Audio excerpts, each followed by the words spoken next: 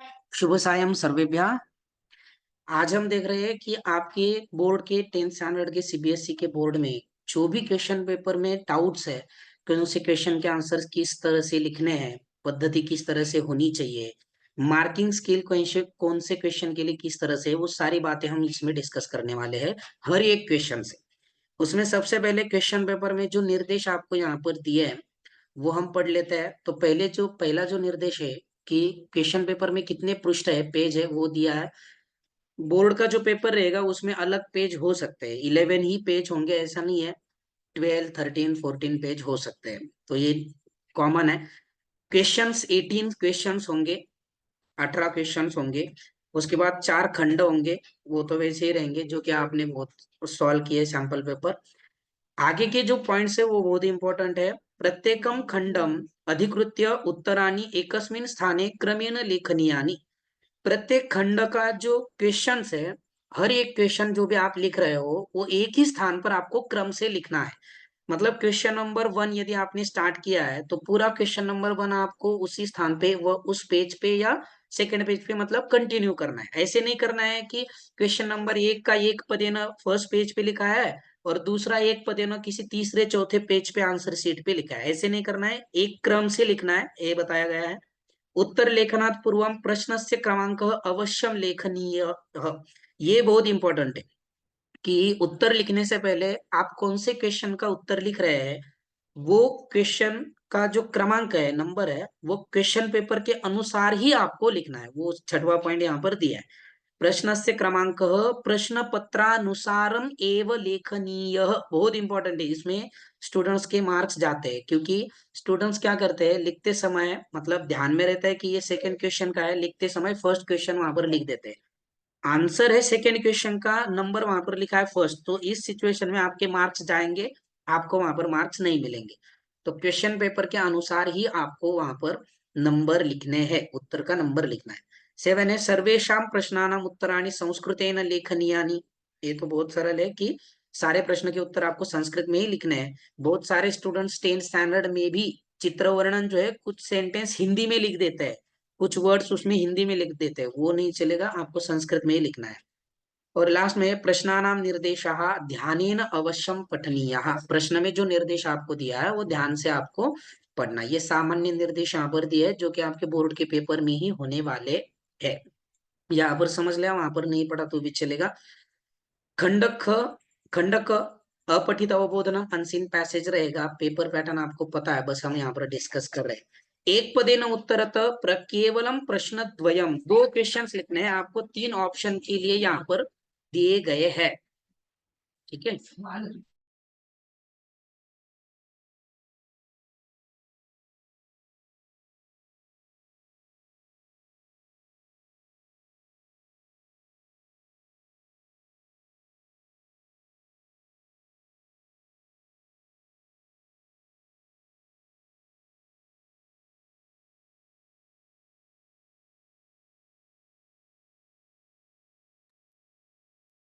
क्षम्यता, mic mute किया था मैंने, आवाज आ रहा है ना?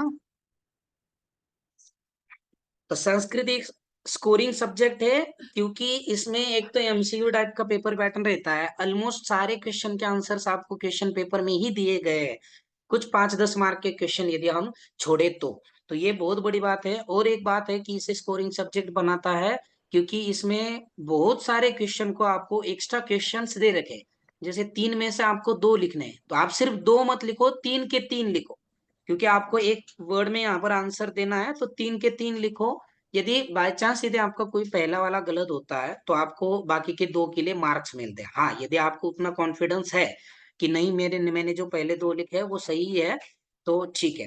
ठीक है, लेकिन जितना हो सके आपको, आप क्या करो, एक्स्ट्रा क्वेश्चन लिखा करो। दूसरी बात, यहाँ पर एक डाउट है कि एक पदेन का उत्तर यदि आपने पूर्ण वाक्य में लिखा तो आपको मार्क्स मिलेंगे या नहीं मिलेंगे? तो इसका आंसर सीधा है कि आपको मार्क्स मिलेंगे, लेकिन जो पर्टिकुलर वो वर्ड है वो उस उत्तर में चाहिए। आंसर का जो भी शब्द है वो उस उत्तर में क्या चाहिए। ठीक है। दूसरी बात, पूर्ण वाक्य न उत्तर, तो यहाँ पर भी केवल हम प्रश्न द्वयम है, लेकिन आपको तीनों के तीनों लिखने हैं। ट्राई करो तीनों क्वेश्चंस लिखने का, तीनों आंसर लिखने का। ठीक है। अब यहाँ पर ये डाउट है कि यदि पूर्ण वाक्य का उत्तर आपने एक शब्द में लिखा तो आपको मार्क्स मिलेंगे या नहीं मिलेंगे। ऐसा होता है कि कुछ क्वेश्चन पूर्ण वाक्य में ऐसे होते हैं कि उसका आंसर एक शब्द में होता है।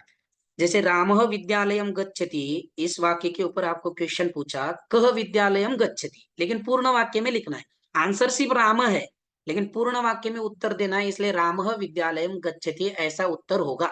लेकिन किसी ने यदि रामः लिखा है पूर्ण वाक्य में तो उसको हाफ मार्क मिलेगा, हाफ कट होगा, क्योंकि वो पूर्ण वाक्य में लिखना था। तो पूर्ण वाक्य में आपको पूरे ही वाक्य में लिखना है, लेकिन एक पद में आपने यदि पूरे वाक्य में लिखा है फिर भी आपको वहां पर मार्क्स मिलते हैं। दूसरा है अनुच्छेद लेखन, शीर्षक लेखन। एक मार्क के लिए एक शब्द या दो शब्द में आप उस गद्यांश के लिए क्या कर सकते हैं, अनुच्छेद के लिए शीर्षक दे सकते हैं।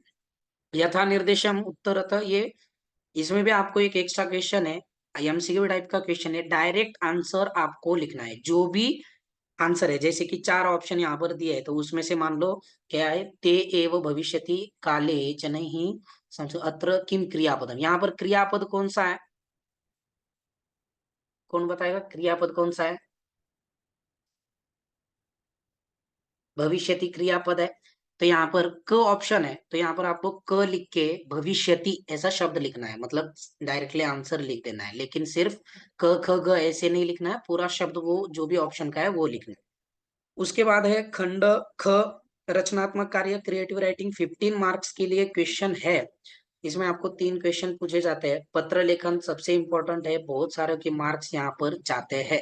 लेकिन पत्र लेखन में आपको कौन सी चीजें याद रखनी है उसके लिए मैंने एक पीपीटी बनाई है, उसके माध्यम से हम देखते हैं।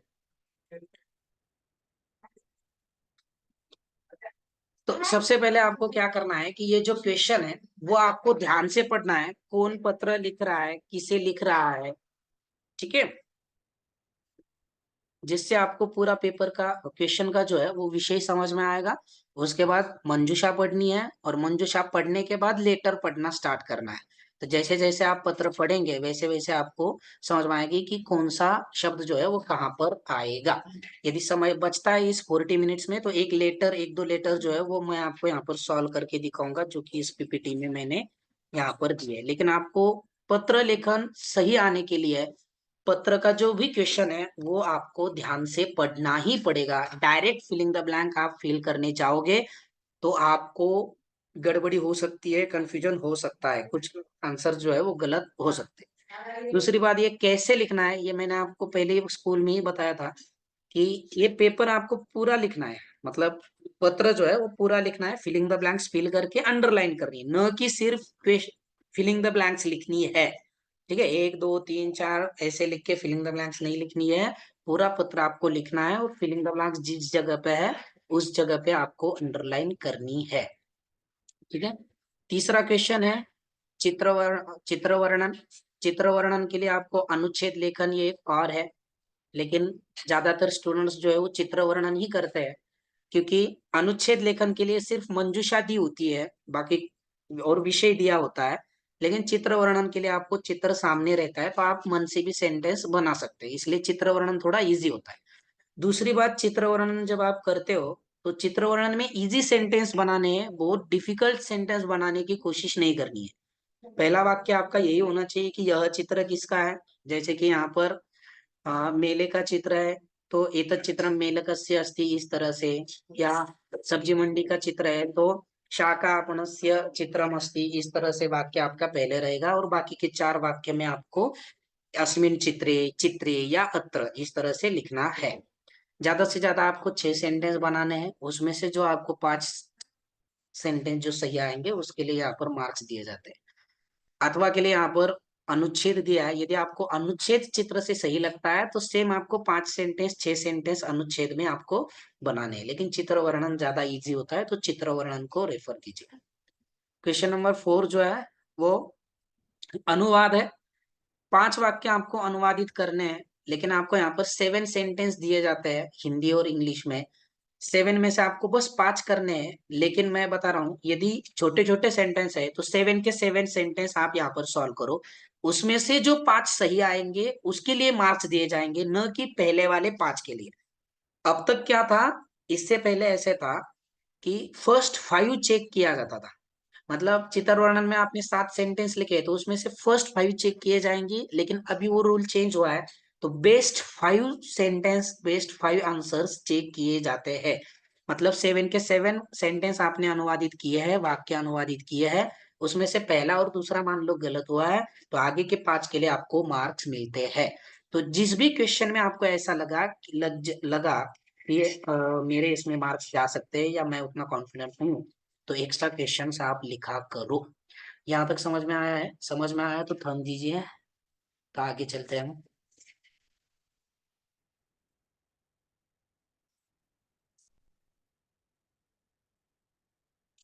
ठीक है। दूसरी बात, लिखने की पद्धति, वो पॉइंट मैं यहाँ पर ये डिस्कस कर लेता हूँ कि आंसर लिखते समय क्वेश्चन पेपर में जो नंबर दिए हैं क्वेश्चन के लिए, उसी नंबर से आपको आंसर्स लिखने हैं। जैसे क्वेश्चन नंबर 4 और आप अनुवादित कर रहे हो, मान लो सेंटेंस नंबर 3, जैसे मेरे पिताजी सुबह कार्यालय जाते हैं, इसका आपको अनुवाद पहले करना है, तो इसका नंबर आपको 3 ही लिखना पड़ेगा। ठीक है। पहले बार वो लिख रहे हो, इसका मतलब फर्स्ट नंबर देना है ऐसे नहीं, 3 ही नंबर देना है। ठीक है। सीक्वेंस ही करो, पहला दूसरा तीसरा, लेकिन बाय चांस कभी ऐसा होता है कि मुझे पांचवा जल्दी आ रहा है, तो मैं पांचवा पहले लिख दूंगा, तो लिख सकते हैं आप, कोई प्रॉब्लम नहीं है। बट उसका नंबर जो है वो क्वेश्चन पेपर के अनुसार चाहिए। क्वेश्चन नंबर 4, फिफ्थ सेंटेंस ऐसे। ठीक है। आगे है अनुप्रयुक्त व्याकरणम खंडग, ये हमने डिस्कस किया था, आपकी जो शेमुशी बुक है उसी से आपको ये आने वाला है। हालांकि अव्यय में कुछ अलग आ सकता है, लेकिन संधि, समास और प्रत्यय, इसमें आपको 100% जो है वो आपके क्वेश्चन पेपर से शेमुशी बुक से ही आता है। इसमें किस तरह से लिखना है, क्वेश्चन नंबर 5 है संधि के ऊपर, आपको यहाँ पर एमसीक्यू नहीं है, आपको डायरेक्ट आंसर लिखना है। जैसे यन मानुषात ऐसे यहाँ पर दिया है, तो इसका डायरेक्टली उत्तर आपको एक क्वेश्चन नंबर 5 रोमन में 1 लिख के उसका आंसर क्या आएगा, यत मानुषात। ठीक है। अनुनासिक, अनुनासिक संधि का उदाहरण। तो ऐसे आपको डायरेक्ट यहाँ पर आंसर लिखना है। सारे के लिए यहाँ पर अभी एक्स्ट्रा एक्स्ट्रा क्वेश्चन दिया है, केवलम प्रश्न चतुष्टय में, लेकिन 5 आपको दिए है, तो 5 के 5 लिख दो। हो सकता है कोई आपका गलत हो, तो आपको उसके लिए मार्क्स मिल जाए। क्वेश्चन नंबर 6, समास में डायरेक्ट आपको ऑप्शन जो भी सही है वो लिखना है, ना कि पूरा सेंटेंस लिखना है। एक्स्ट्रा क्वेश्चंस लिखो, मार्क्स मिलेंगे। क्वेश्चन नंबर 7 है प्रकृति प्रत्यय। प्रकृति प्रत्यय में हमेशा याद रखना है कि विशेषण विशेष इसके इसमें बहुत इंपॉर्टेंट है। आपको कभी कभी आंसर अलग लगता है, लेकिन वाक्य में अलग होता है। उदाहरण मैं आपको बता देता हूँ यहाँ पर, सामाजिकम, सेकंड देखो, उसमें आपको जल्दी समझ में आएगा। सामाजिकम कार्यम सर्वे कुर्वन्तु। अब यहाँ पर विग्रह लिखना है, कौन बताएगा यहाँ पर कौन सा आंसर सही है? आपने सॉल्व किया है अभी, इसलिए आंसर बताओ कौन सा सही है। समाज प्लस ठग। सही है, क ऑप्शन सही है, शालमली सही है। समाज, समाज प्लस ठक, ठक में इका लगता है, तो यहाँ पर इकम क्यों हुआ है, सामाजिकम क्यों हुआ है? क्योंकि ये सामाजिकम किसका विशेषण है, कार्यम का विशेषण है, जो कि उस पूरे वाक्य में एक शब्द है कार्यम। तो कार्य कैसा है, सामाजिक कार्य है, तो कार्य विशेष्य होगा, सामाजिक ही विशेषण होगा, और विशेषण विशेष्य समान चलते हैं। अब यहाँ पर ही यदि मैंने दिया होगा कि वह सामाजिक मनुष्य है, ठीक है, वह सामाजिक मनुष्य है। अब यहाँ पर सामाजिकम आता या सामाजिक आता? सामाजिकः। सामाजिक मनुष्य अस्ति, एतत् सामाजिक मनुष्य अस्ति। तो इस तरह से आपको पूरा वाक्य पढ़ के वो प्रत्ययुक्त पद जो है वो किसका विशेषण बना है या किसका विशेषण बन रहा है, वो विशेष पद जिस लिंग में है उस लिंग में आपको आंसर आएगा। अभी जब विग्रह लिखना है तो वो तो सरल है, लेकिन जब आपको क्वेश्चन में जैसे यहाँ पर नीचे ही देखो, तो मीनान क्रूर तल भक्षयसी, क्या आएगा? ये सेंटेंस टेक्स्ट क्रूरतया। बुक का ही है। क्रूरतया ये आंसर सही है, क्रूरतया। तो ये स्वरा ख, क्रूरतया ये आंसर सही है, क्योंकि यहाँ पर क्रूरता से ऐसा अर्थ हो रहा है, इसलिए तल प्रत्यय में क्रूरता होके तृतीय विभक्ति में चला क्रूरतया। ठीक है। एक्स्ट्रा क्वेश्चन है, उसको लिखा करो, उसको आपको मार्क्स मिलेंगे। बुद्धिमत धनगित पुत्रद्वयोपेता पितुः गृहं प्रति चलिता, क्या आएगा? आंसर क्या है? बुद्धिमती। बुद्धिमती। बुद्धिमती सही है। क्यों बुद्धिमती सही है, कौन बताएगा? सर क्योंकि मतु प्रत्यय नहीं लगा है उसमें। क्या किसने बताया? गुंजन ने बताया क्या?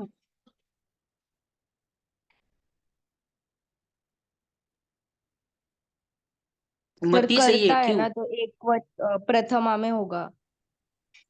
हाँ, लेकिन यहाँ पर बुद्धिमत क्यों नहीं होगा, या बुद्धिमतीम क्यों नहीं होगा? सारे में तो ये प्रत्यय है। इंगित प्रत्यय में सब दीर्घ प्रत्यय में बड़ी की ई मात्रा शेष लगती है। रहता है ना सर गिप प्रत्यय में। क्या? ई शेष रहता है ना गिप प्रत्यय में।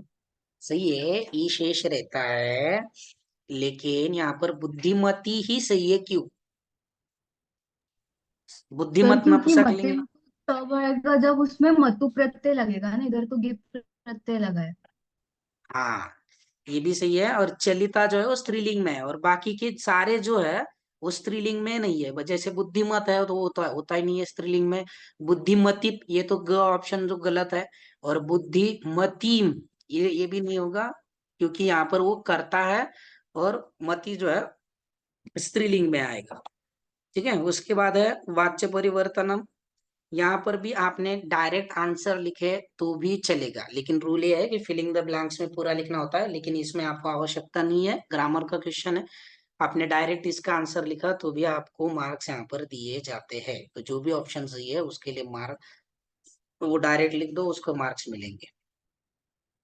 यहाँ पर क्वेश्चन नंबर 9, काल बोधक शब्द ही अधोलिखित दिनचर्याम पूरयत। यहाँ पर आपको पूरे वाक्य में लिखना है। ब्रह्मचारी मुहूर्तेन, जो भी समय लेखन का है वो आपको लिखना है। जैसे 4:15 क्या बोलते हैं अनिकत? 4:15 का संस्कृत में समय लेखन का क्वेश्चन है। 4:15 को क्या बोलते हैं? सपाद चतुर्वादितम। सम्यक, सपार्ध चतुर्वादनम।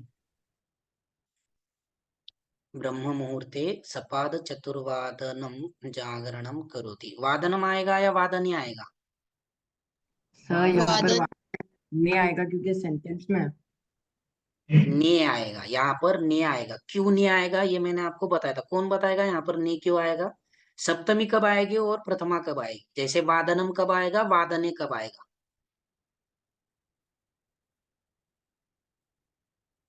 कौन बताएगा?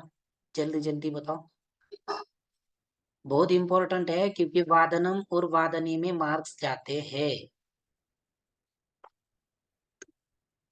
नहीं स्वरा? सर हम्म, जब किसी टाइम पे वो कार्य हो रहा है तब वादन ने, और जब टाइम बता रहे हैं तब वादन हो। सम्यक, बहुत उत्तम। ये आंसर बिल्कुल सही है। जब किसी समय में कुछ क्रिया हो रही है ये हमें बताना है, तो वो समयवाची शब्द हम सप्तमी विभक्ति में वादने लिख देंगे।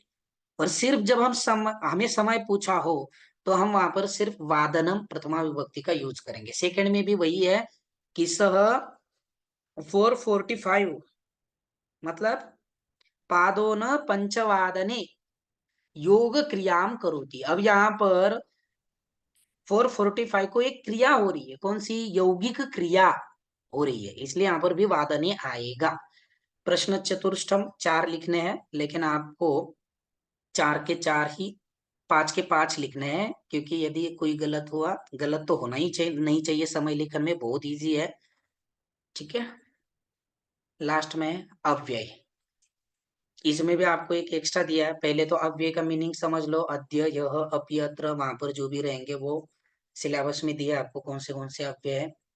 पहले अव्यय पढ़ लो, उसके बाद जो आंसर्स आपको आ रहे हैं सारे 4 के 4 सेंटेंस पहले पढ़ लो। तुरंत आंसर मत लिखो, 4 के 4 पढ़ लो। उसके बाद जो पहले आपको आ रहा है वो या बस माइंड में फिट रखो, और माइंड में ही उसे सॉल्व करके फिर क्वेश्चन आंसर शीट पर आप लिखो, ताकि आपका गलत ना हो।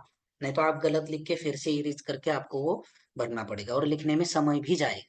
तो पहले पढ़ के ही माइंड में आंसर तय कर लो कि कौन से स्थान पर कौन सी फिलिंग द ब्लैंक्स, कौन सा अव्यय आएगा।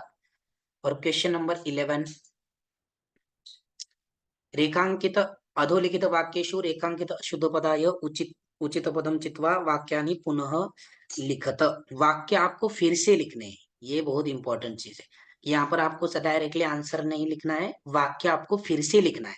मतलब वो जो आंसर युक्त पद रहेगा वो वहां पर वाक्य में लिख के आपको पूरा लिखना है। जैसे त्वम सर्वे एव मे प्रियाः, तो यहाँ पर आंसर क्या आएगा? सर यूयम यूयम यूयम ख आंसर है।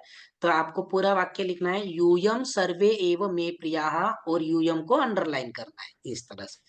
एक्स्ट्रा क्वेश्चन है तो एक्स्ट्रा जो भी जहां पर है लिख दो, लिखने में उतना समय नहीं जाएगा, लेकिन आउट ऑफ मार्क्स मिलने के लिए ये आपको बहुत हेल्प करने वाले हैं। तो आलस मत करो, लिखते समय इधर उधर ध्यान मत दो, शांति से क्वेश्चन पढ़ो, मीनिंग समझो और लिखो। ठीक है, यहाँ तक समझ में आया है?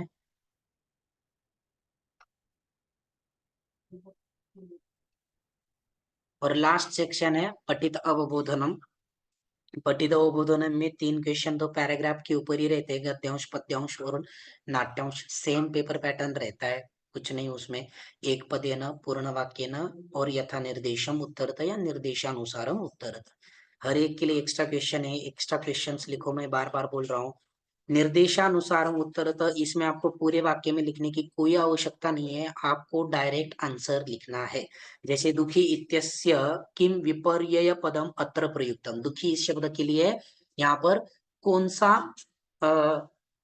विपर्यय पदम, विपर्यय मतलब विपरीत शब्द, विलोम पद मतलब अपोजिट शब्द यहाँ पर आया है, वो आपको पैराग्राफ से ही लिखना है। तो जो भी पद आया है वो आपको डायरेक्टली यहाँ पर लिख देना है। ठीक है, सेम उसी तरह से पद्यांश और नाट्यांश के ऊपर क्वेश्चन रहेंगे। हम जा रहे हैं सीधे क्वेश्चन नंबर 15, प्रश्न निर्माणम कुरुत। ये बहुत इंपॉर्टेंट है, रेखांकित पदानि आधृत्य प्रश्न निर्माणम कुरुत। और बोर्ड के पेपर में ये चेंज होगा, क्वेश्चन चेंज होगा, मतलब वहां पर वाक्य थोड़ा सा अलग होगा। रेखांकित पदानि आधृत्य प्रश्न निर्माणम कृत्वा वाक्यानि पुनः लिखत, इस तरह से क्वेश्चन होता है। तो जिसका अर्थ क्या है कि प्रश्न तैयार करके आपको वाक्य जो है वो पूरा लिख के आगे क्वेश्चन मार्क देना है। जैसे हिमकरः बाल भावात पशुपते मस्तके व्रजति, इसमें बाल भावात, तर यहाँ पर आंसर क्या आएगा? अनीश, कस्मात। कस्मात आएगा। तो आपको पूरा बाल भावात की जगह पे कस्मात लिख के व्रजति के बाद में क्वेश्चन मार्क लिखना है, तो पूरा सेंटेंस यहाँ पर लिखना है। ठीक है, डायरेक्टली कस्मात कान इस तरह से नहीं लिखना है। क्वेश्चन नंबर 16 है अन्वय। अन्वय के लिए आपको एक और है भाषा भावार्थ, दोनों ही समान ही होते हैं, उतना कुछ उसमें डिफिकल्ट नहीं है।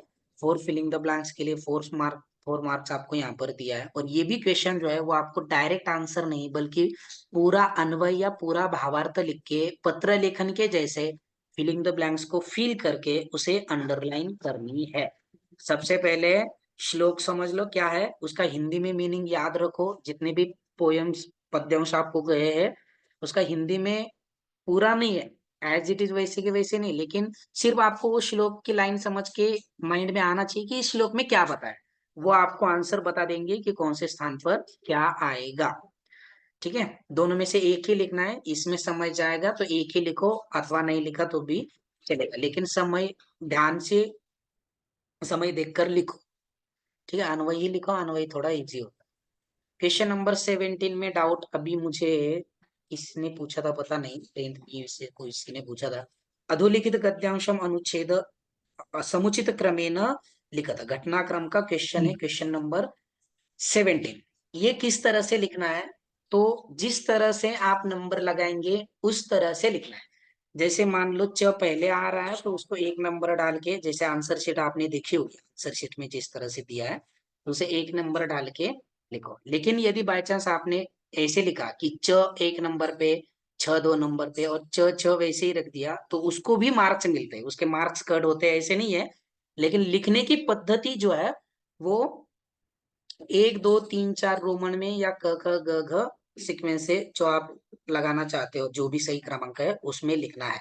जैसे मान लो छ मेरा पहले नंबर पे है, सह व्याग्रह तदा कृत्वा काननम ये यो, समझने के लिए बता रहा हूँ।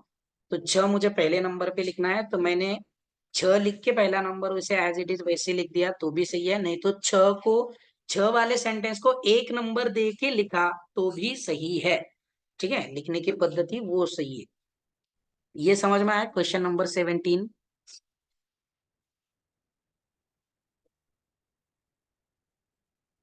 सर। और लास्ट क्वेश्चन नंबर 18 जो है वो प्रसंगानुकूलम उचितार्थम चित्वा लिखत।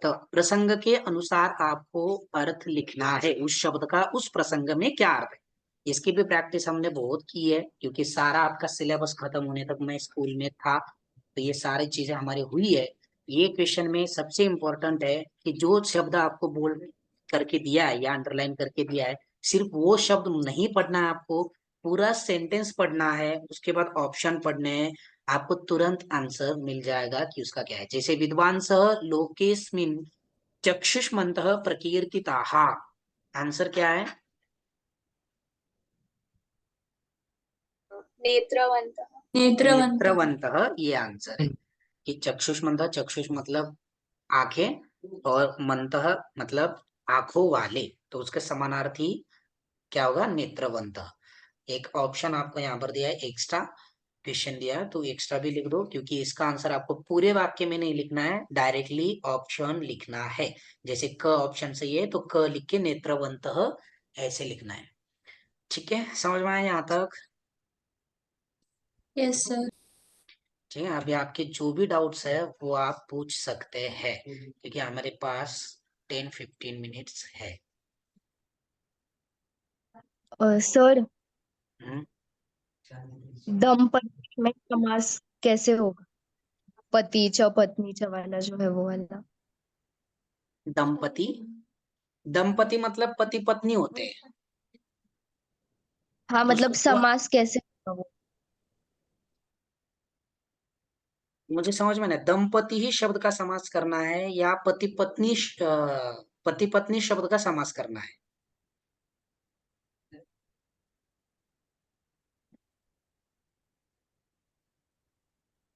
सर्व कुछ तो जायाच आता है ना। आप मुझे व्हाट्सएप पे वो भेज दो, मैं उसका आंसर दे देता हूँ। ठीक है, क्योंकि मुझे अभी समझ में नहीं आ रहा आप एग्जैक्ट क्या बोल रहे हो। पति पत्नी का यदि समास करना है तो द्वंद्व समास होगा, उसमें पति पत्नी दीर्घ होगा, नदी के जैसे चलेगा दीर्घ इकारांत, तो पति पत्नी वैसे ही रहेगा। इसका विग्रह क्या होगा? पति ही च पत्नी ही च, ऐसा उसका विग्रह हो। ठीक है, और एक डाउट मुझे किसने पूछा था, कौन से क्वेश्चन में, हम्म, घटनाक्रम में बहुत सारों को ये डाउट रहता है कि घटनाक्रम जो है वो चैप्टर से आएगा या पोएम से भी आ सकता है। ठीक है, आप में से भी किसी को हो सकता है डाउट। तो घटनाक्रम जो है वो सारे चैप्टर में से आता है, मतलब पद्यांश जो श्लोक है उससे भी आता है, लेकिन चांसेस जो ज्यादा है वो सिर्फ गद्यांश और नाट्यांश से ज्यादा आया है। अब तक 4-5 साल में तो पद्यांश पे घटनाक्रम नहीं आया है, तो आपको अच्छे से तैयारी गद्यांश और नाट्यांश के करने हैं घटनाक्रम के लिए। और घटनाक्रम बहुत इजी है, आप बस स्टोरी याद रखो हिंदी में तो भी आपका काम हो जाएगा घटनाक्रम का। ठीक है, और कुछ डाउट है या लेटर सॉल्व करना है? सर, तच्छ्रुत्वा में संधि कौन और किसमें? सी है?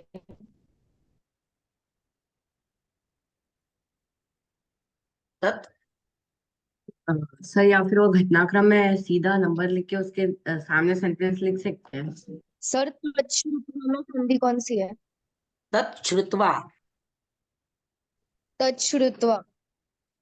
तच्छ्रुत्वा, वहां पर श्रुत्व हाँ संधि है त स्थाने च, और आपके सिलेबस में नहीं है शायद वो।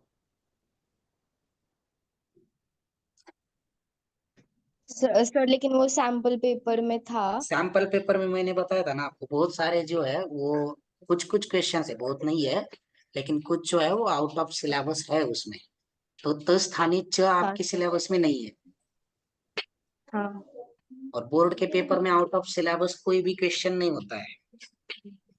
ठीक है। सैंपल पेपर जो है वो तैयार किए जाते हैं इधर से उधर से उठा के, और थोड़ा बहुत सेटर के ध्यान में भी नहीं रहा तो हो सकता है, लेकिन बोर्ड का पेपर जो है वो अच्छे से जान छू के ही होता है, तो आउट ऑफ सिलेबस क्वेश्चन वहां पर नहीं आएगा। हृदय क्या पूछ रहा था? तो घटनाक्रम में जो मतलब वहां पे जो नंबर्स दिए वो लिख के भी लिख सकते हैं, जैसे पहले मतलब चलेगा जो पहला चलेगा, उन्होंने।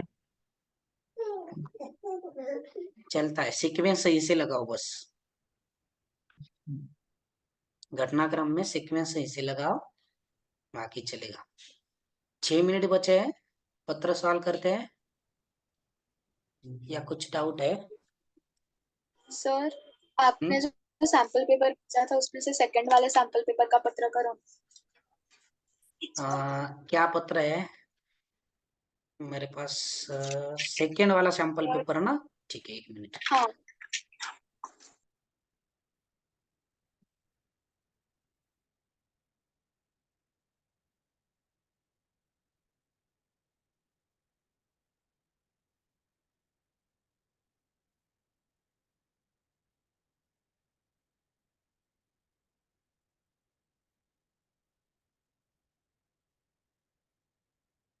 ठीक है, यही है, भगवान गोविंद राज। हाँ सर। स्लाइड पे ही शायद है वो, देख लेता हूँ एक बार।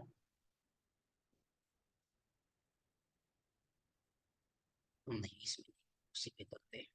देखो क्वेश्चन क्या है, भगवान गोविंद राज दिल्ली नगरे निवसति। आप गोविंद राज हो, आप दिल्ली नगर में रहते हो, मतलब दिल्ली से लेटर जा रहा है, ये यहाँ पर आपको कंफर्म होगा। भवतः मित्रं वरदराज परीक्षायां सफलतायै वर्धापनं प्रदानाय मित्रं प्रतिलिखितं मंजूषा पदैः रिक्तस्थानानि पूरयित्वा उत्तर पुस्तिकायां पुनः पत्रं पुनः लिखत। आपको आपके मित्र वरदराज को परीक्षायां सफलतायै वर्धापनं प्रदानाय, परीक्षा में अच्छे से मार्क्स लाने के लिए उसे वर्धापन शुभेच्छा पर आपको पत्र लिखना है।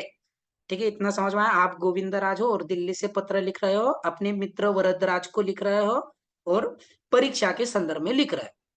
कावेरी छात्रावास प्रिय, अब यहाँ पर जो है वो फिलिंग द ब्लैंक्स जो है वो शायद यहाँ पर गलत हुई है। गोविंदराज दिल्ली, फर्स्ट क्या आएगा? ये नंबर यहाँ पर गलत हुआ है।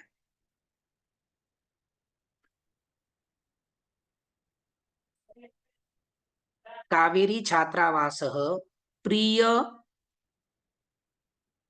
सर प्रिय को 2 नंबर ही है, ऊपर 1 नंबर है जहाँ पे प्रिय दिल्ली है। वरदराज, हाँ सही है, प्रिय वरदराज यहाँ पर आएगा और 1 नंबर जो है वो छात्रावास के ऊपर दिल्ली आएगा।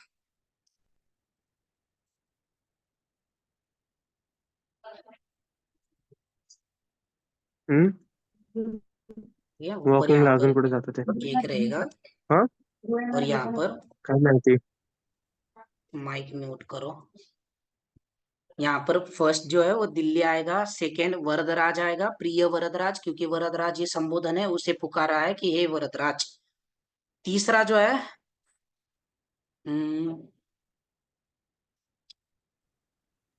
तर तीसरा नमस्ते. दिल्ली प्रिय वरदराज नमस्ते, सही है, नमस्ते आएगा, प्रिय वरदराज नमस्ते। अत्र कुशलम तत्रास्तु, यहाँ पर सब कुशल है, वहां पर भी कुशल हो। विद्यालये नवम कक्षायाः समुद्घोषितः परिणामः, नवम कक्षायाः परीक्षा परिणामः समुद्घोषितः। विद्यालय में 9वीं कक्षा का परीक्षा परिणाम समुद्घोषितः मतलब जारी किया गया, बताया गया।